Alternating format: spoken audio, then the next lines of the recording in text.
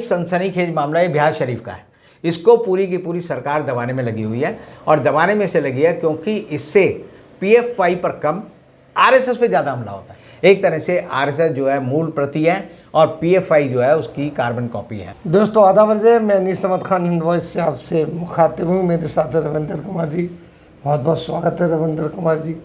रविंदर कुमार जी, बिहार में एक हंगामा मचा हुआ पीएफआई वर्सेस आरएसएस जी, दोनों का कम्बिनेशन यानी कंपेरिजन किया जा रहा है कि एक से ही हुआ है और वहाँ पे हमारे प्रधानमंत्री को जाना था।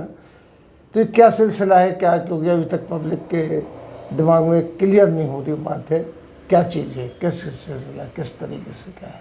बड़े मजे की बात है कि एक आतंकवादी संगठन जिसे भारत सरकार मानती है जी, जिसके लोगों को लगातार बंद करती है, हाँ जी, पीएफआई उसका नाम है, पीपल्स फ्रंट ऑफ इंडिया, हाँ लगातार उसकी चर्चा आती है। जी जी जी लेकिन उसके साथ एक ऐसी घटना पटना में हुई जिसको लेकर पूरा मीडिया इस बात पे लगा हुआ है कि ये खबर जो है किसी तक ना पहुंचे। और ना पहुंचे की बात यहाँ तक है कि जब ये घटना हुई, जब पीएफआई के लोगों को अरेस्ट किया गया, उसके बाद भी उसकी कहीं चर्चा नहीं हुई। और अब जब इसकी चर्चा हो रही है तो खुद आरएसएस के लोग, खुद भारतीय जनता पार्टी के लोग, खुद बीजेपी के लोग और विश्व हिंदू परिषद के लोग चाहते हैं कि इस बात पर चर्चा ना हो और उल्टे उस पुलिस अधिकारी जैसे कि सारी की सारी पोल को खोला है, उनका नाम है मानवजीत सिंह ढिल्लो, जो एसएसपी हैं पटना के, तो उनके ऊपर कार्रवाई की जाए ये मांग की जा रही है भारतीय जनता पार्टी के लोगों द्वारा। तो मामला बड़ा दिलचस्प है, समझना जरूरी है। हुआ ये कि 12 जुलाई को प्रधानमंत्री नरेंद्र मोदी को बिहार जाना था और बिहार शरीफ में कोई कार्यक्रम था।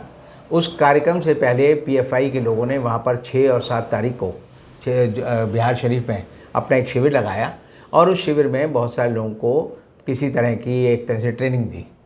और ट्रेनिंग देने के बाद ये बात निकली कि वो ट्रेनिंग की जब भनक वहाँ की पुलिस को लगी तो पुलिस ने उसकी जांच की और पुलिस ने जांच की तो पता चला कि बिहार पुलिस के ही रिटायर्ड 2 पुलिस अधिकारी मोहम्मद जलालुद्दीन और अतर करके एक दूसरा आदमी है, उनको जो है वहाँ पर पकड़ा गया।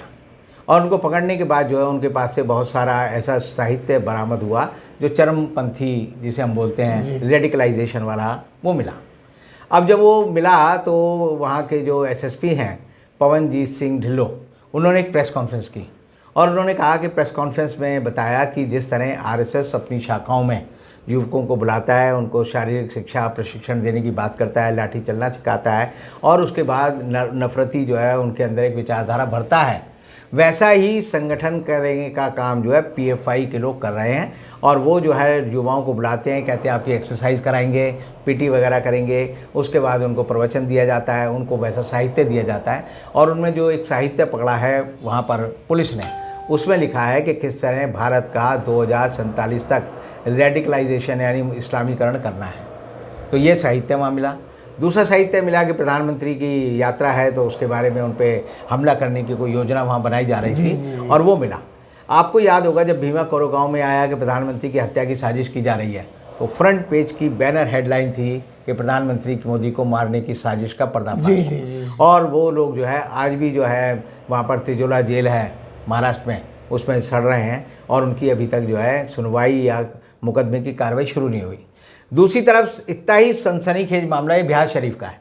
इसको पूरी की पूरी सरकार दबाने में लगी हुई है और दबाने में से लगी है क्योंकि इससे पीएफआई पर कम आरएसएस पे ज़्यादा हमला होता है। क्योंकि एक तरह से समझिए दोनों का जो मॉडस ऑपरेंडी है, दोनों का काम करने का तरीका है, वो एक है। एक तरह से आरएसएस जो है मूल प्रति है और पीएफआई जो है उसकी कार्बन कॉपी है, फोटोस्टेट कॉपी है।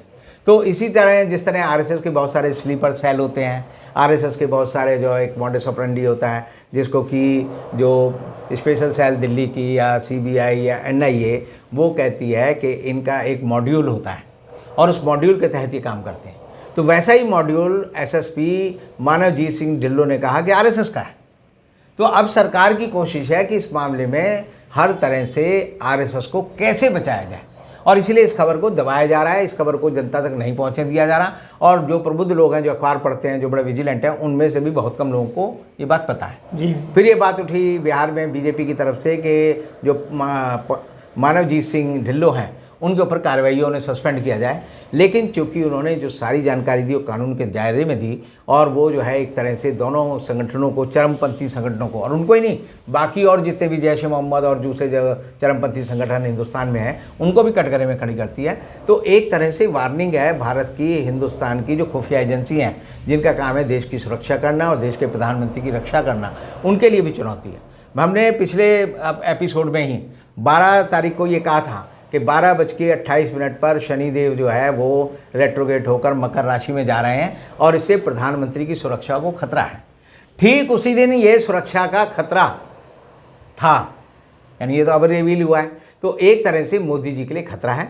और मैंने पहले भी कहा कि मोदी जी को खतरा पीएफआई के लोगों से नहीं, बहुत सारे संगठनों से है। और मैंने उस समय भी कहा था कि भारत का जो पीआईबी है उसमें बहुत सारे ऐसे लोग जो है फर्जी दस्तावेज़ बनवाकर फर्जी प्रति छप रही है, मुद्रणालय प्रेस का जो है जिक्र करके प्रेस के सर्टिफिकेट देकर बहुत सारे लोग जो है फर्जी तरीके से भारत के पीआईबी के एक्रेडिटेड जर्नलिस्ट बन गए हैं, जिनकी जांच करने की ज़रूरत है और ये जांच सीबीआई द्वारा की जानी चाहिए, क्योंकि इसके अलावा बाकी कोई एजेंसी इसकी जांच नहीं कर सकती।